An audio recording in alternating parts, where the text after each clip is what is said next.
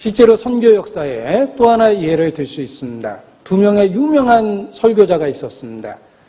먼 도시에 전도하기 위해서 자가용 경비행기를 대절해서 그 도시로 이동 중에 있다가 비행기 사고가 났습니다. 깊은 산 중에 추락했습니다. 다행히 죽지는 않았는데 부상을 당하고 깊은 산에 떨어졌습니다. 헤매고 다니다가 한 조그만 오두막을 발견했습니다.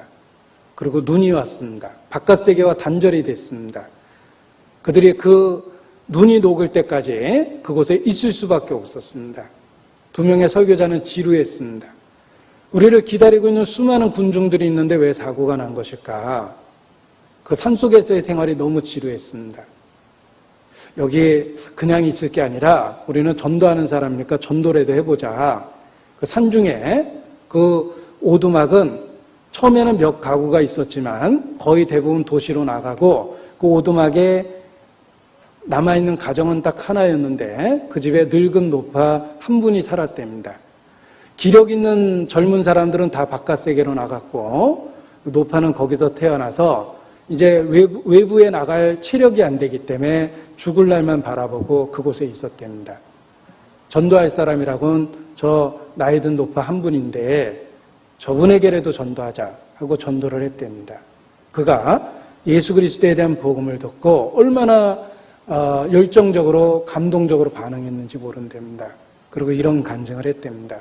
자기는 어려서부터 이 산중에서 태어나서 자랐다고 고백을 합니다. 바깥 세계에 나와본 적이 없는데 내가 아주 어렸을 때 웬 나그네가 우리 집에 와서 며칠 동안 머물렀던 적이 있는데 그 나그네가 지금 당신들이 해준 그 예수님 얘기를 내게 해줬습니다.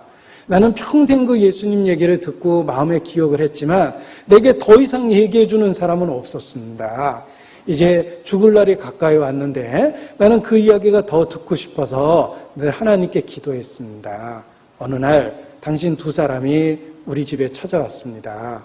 그런데 내가 그렇게 평생에 듣고 싶어 했던 그 예수님에 대한 이야기를 당신들이 해주었습니다. 나는 비로소 하나님이 내 기도에 응답했다는 것을 깨닫게 되었습니다.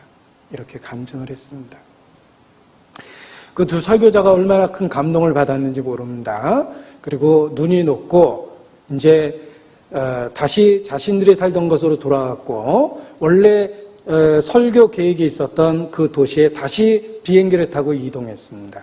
그리고 첫 번째 메시지가 지난번에 오려고 하다 못 온 이유를 설명하면서 그 노파의 이야기를 했답니다. 하나님은 한 영혼을 위해 두 명의 전도자를 놀라운 섭리 속에서 인도하셨습니다. 이렇게 그 설교를 시작했답니다. 저는 그 이야기의 전체적인 총감독이 하나님이라고 확신합니다. 누구든지 주님을 부르면 더 크고 놀라운 일로 응답하십니다. 제가 외국의 어떤 도시에 전도를 갔습니다.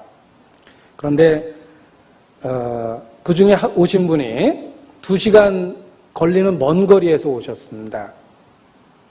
그런데 오신 분은 우리 교회 자매님인데 옆에 처음 본 분을 모시고 오셨습니다. 그래서 두 분이 어떤 관계냐고 그랬더니 오늘 처음 만난 사람이래요. 근데 처음 만난 사람을 2시간이나 되는 거리에 어떻게 데려왔냐고 그랬더니 자기가 다른 사람하고 한국에서 목사님 오셔서 가야 되는데 일이 많아서 못 간다고 이렇게 푸념을 했더니 갑자기 이분이 옆에 있다가 같이 가면 안 되겠냐고 내가 일 좀 도와드리겠다고 이렇게 얘기를 해서 진짜로 자기 일을 도와줬답니다. 그래서 데리고 왔다고 이렇게 간증을 하셨어요.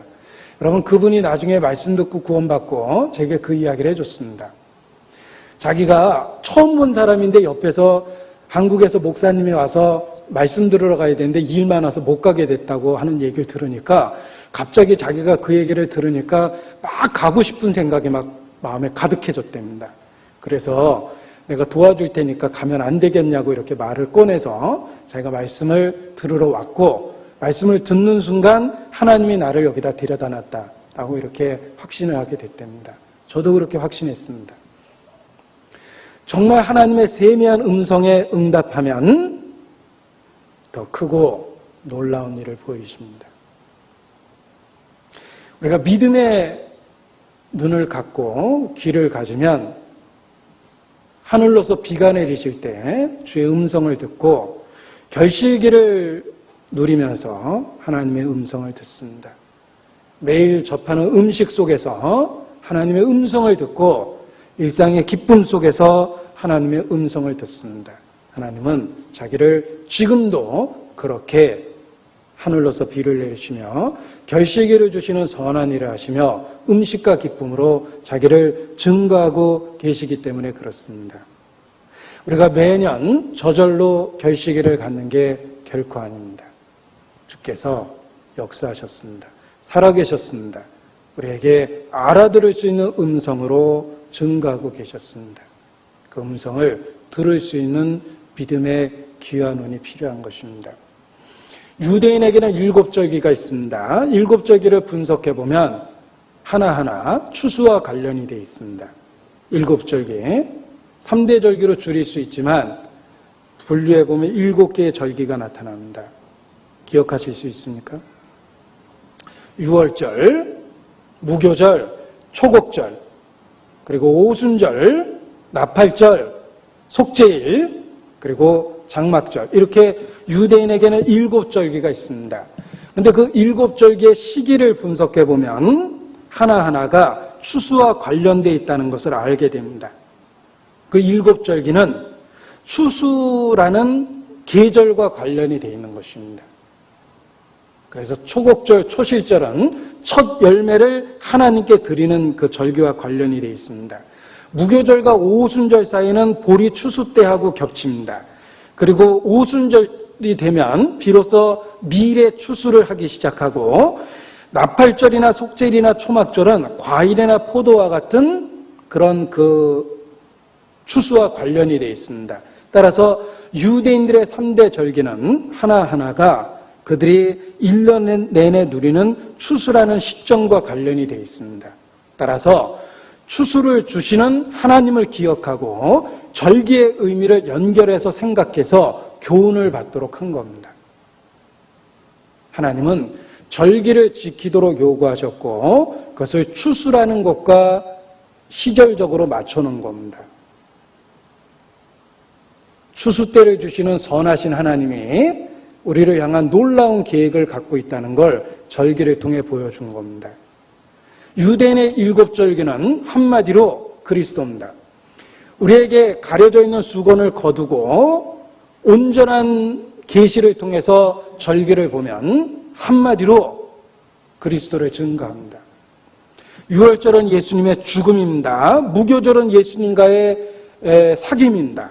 초실절은 그리스도의 부활입니다.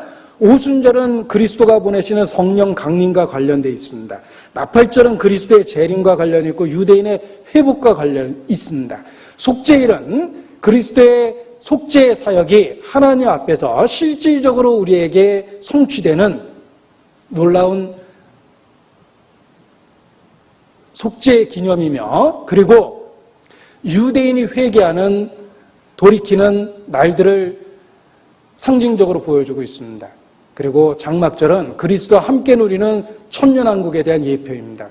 7절기는 한마디로 그리스도입니다. 유대인은 그러니까 유대인은 추수 때의 절기를 지키고 그 절기를 통해서 구속의 역사를 배우도록 하나님이 계획하신 것입니다. 우리도 추수 때에 그리스도를 기억할 필요가 있습니다. 영적인 추수가 있습니다. 성경은 추수 때 그리스도의 재림을 추수 때라고 이야기하고 세상 끝이라고 이야기합니다. 반드시 거두는 때가 있다는 걸 가르쳐 줍니다. 해마다 결실기를 가지면서 영적 추수도 반드시 있다는 거 기억하셔야 됩니다. 우리가 믿는 하나님은 시작과 끝입니다. 처음과 나중입니다. 끝, 나중이란 단어가 히브리어로 추수라는 말과 관련이 있습니다. 그리고 더욱 재미난 건 여름이라는 말과도 관련이 있습니다. 그 가지가 연해지고 잎사귀를 내면 여름이 가까이 온 줄 안다. 여름, 추수 때입니다. 유대인은 밀농사를 짓기 때문에 여름이 추수 때입니다. 그리고 여름이라는 단어 자체가 추수라는 의미가 있고 끝이라는 의미가 있습니다. 여름이 가까이 온 줄 안다. 추수 때가 된 겁니다. 세상 끝입니다. 해마다 결실기를 경험하면서 우리에게도 영적인 마지막 추수 때가 있다는 거 기억할 필요가 있습니다.